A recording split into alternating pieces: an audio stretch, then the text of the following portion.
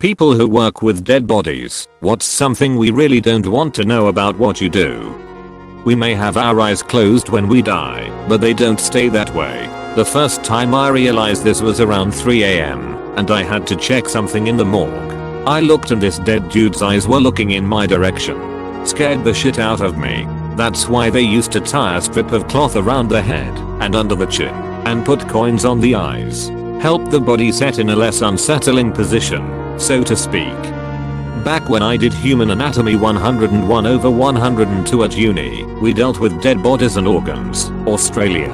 They keep the nail polish on you that you were wearing when you died, so make sure your nails look fine before you pass, and you donate your body to science. The supervisor told us that it helped keep the humanity about the person, to remind us that we should be respectful, and this person consented to have their body touched and used in such a way. It's not the worst thing, but I hadn't considered that, and I'm genuinely thinking about adding "do my nails" before donating me into my will. This is obviously going to be pretty morbid for some people to read, so please read with caution. One of the hardest things I've come across working crime and trauma scene cleanup is that there is a very upsetting amount of people that commit suicide thinking it's going to spare their families the grief of having to see them. It's one of the hardest parts of my job, knowing that this person tried their best to spare their families the trauma of seeing them. This is obviously the last thing this person wanted. Almost every suicide I've cleaned that happened in a remote or different area, the family had to come in and see the body beforehand to identify it, sometimes without the actual face intact. Gunshot wounds are some of the worst ones to deal with, because your family isn't going to be able to properly mourn you. If the person chose to commit suicide in a hotel room or somewhere else, by the time someone finds them, their body is typically heavily decomposed or decomposing. Depending on where you die, or what you die on, such as wood, carpet, or a lot of tiling, anything porous, your body is going to decompose, and body fat and blood are going to essentially melt into the flooring, and the people cleaning that up are going to have to remove the flooring to properly make it not a biohazard. This means that cleaning fees usually get thrown on your family, and this can cost them thousands, sometimes more. So not only are families typically traumatized by the loss of their loved one, but they're usually dealing with massive cleaning fees or debt on top of their mourning. If your family can't afford to have your body cleaned up, sometimes they are going to have to clean up the aftermath, and this can actually cause an extreme health hazard risk. I had to clean up my grandfather's suicide, and I can tell you that it follows you forever. Besides medically assisted suicides that allow the family to properly mourn, there is no such thing as a clean suicide. I worked with dead bodies in a non-traditional sense as a first semester medical student. Day one they are clean slates. It felt like I was in a movie scene filmed in a morgue or something.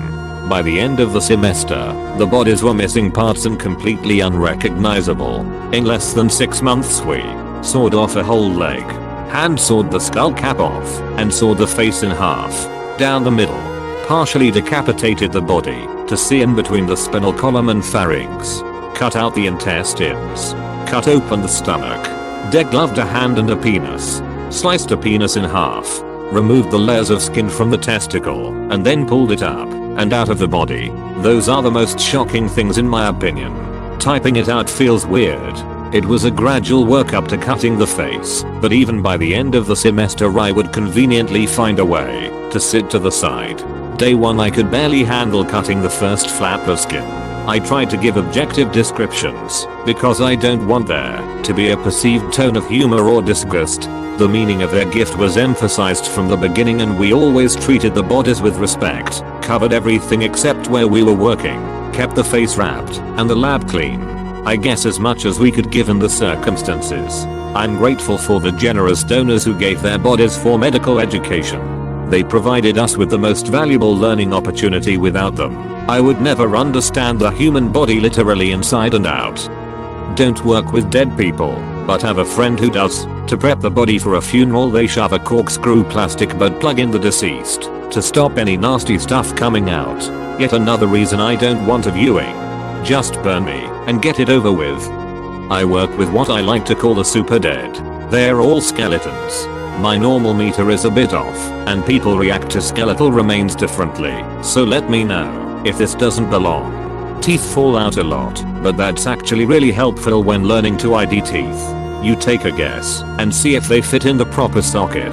If they don't, you have more studying to do. The specimens are all kept in plastic bags placed in cardboard boxes. Each individual has their own box. We have favorites. Some are more complete than others, so it's easier to study the various structures. Some are stinkier than others due to improper cleaning of the remains. Dried tissue isn't terribly funky, but it's not exactly pleasant.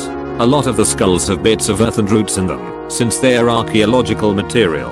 It's pretty cool to see how the roots go through the various foramen where nerves and veins once were. I find it's a very surreal experience to work with skeletal remains. You can pick up an entire individual with no problem. You can hold a skull and you're holding what used to be the most identifiable part of a person.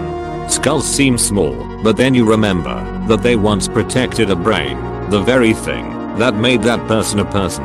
Thoughts, feelings, memories were all encased by this oblong structure that now only holds a few roots. I used to work in a medical school as an admissions officer before I had my kids. The school was very proud of its dissection room. It was a huge hangar-like place just filled with bodies that had been donated to medical science. It's odd to me to think most medical schools in the UK don't have them anymore. I used to give tours of the place and honestly nothing bad happened. Most people were respectful, some morbidly curious. There were stories of students stealing body parts to scare housemates, but I believe they were urban legend. I've seen bodies dissected in ways that I thought alarming. All of them had their heads removed for the dental/maxillofacial surgery students, so I've stood at the neck hole end of many a specimen, while the director of the room gave talks. I also had a parent of one prospective student faint on me. Luckily I caught their head, so it didn't smash on the floor, but that didn't stop them trying to take us to court.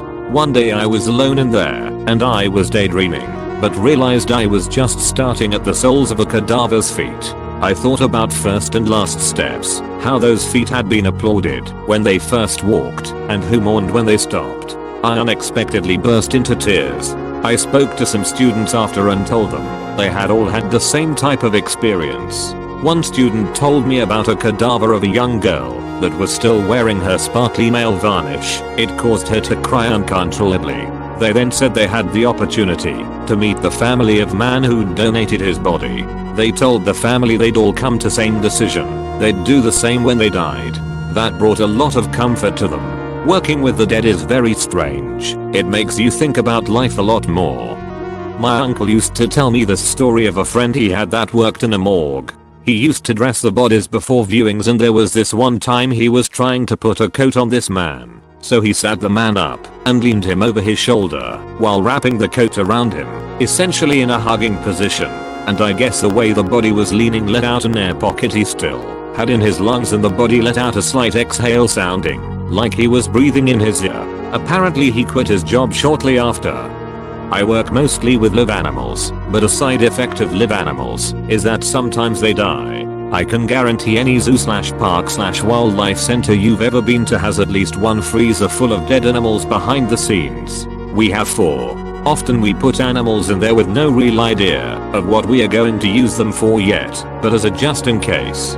Some get used for research, some get taxidermied. We use a lot of taxidermies as educational resources, so students can observe and handle an animal without hurting or stressing a live one. All of our animals are wild, so we don't do any live handling, and a taxidermy is a good way around this. Eventually the taxidermies wear out. They may lose their fur or feathers, bits may break off, etc. We repair as many as we can, but eventually they're too far gone. In Australia, legislation states taxidermies must be destroyed by combustion. Do you know what's sadder than chucking 15 penguins on a bonfire? Chucking 15 naked and broken penguins on a bonfire. Like the video if you enjoyed. Subscribe to Reddit for more stories.